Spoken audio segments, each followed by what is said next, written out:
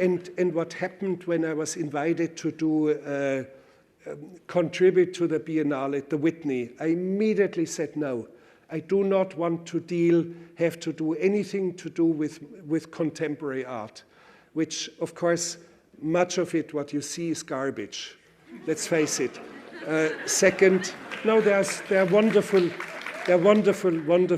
artists and wonderful achievements out there. I don't want to put it down summarily, but what makes me particularly suspicious is the art market. It seems to be a criminal scam going on, and how prices are fixed, and how auction houses and galleries and artists and magazines and curators of museums, how they are all in a deep conspiracy without even contacting each other. That's the weirdest of all. And what happened when the Whitney said they invited me, I said no, and then they kept trying to persuade me, and the last argument was it's an art sort, and it should be an art installation. Aren't you an artist yourself? And I said no. And then a pause of silence, and the voice on the other end asked, "Yeah, what then are you?" And I said, "I'm a soldier," because I didn't know what to say. And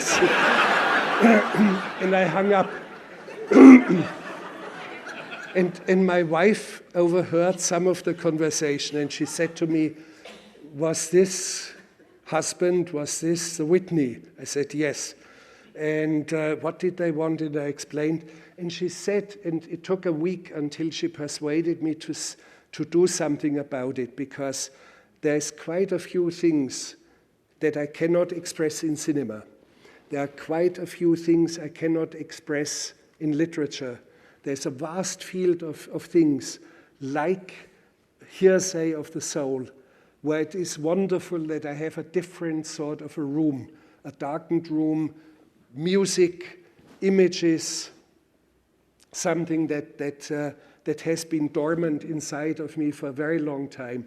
And today, when we were stuck in traffic, we talked about 3 or 4 other installations that we might do together, completely different, but things you cannot do in cinema, things you cannot do in music alone, things you cannot do in literature alone, and things you cannot do in acting as a villain.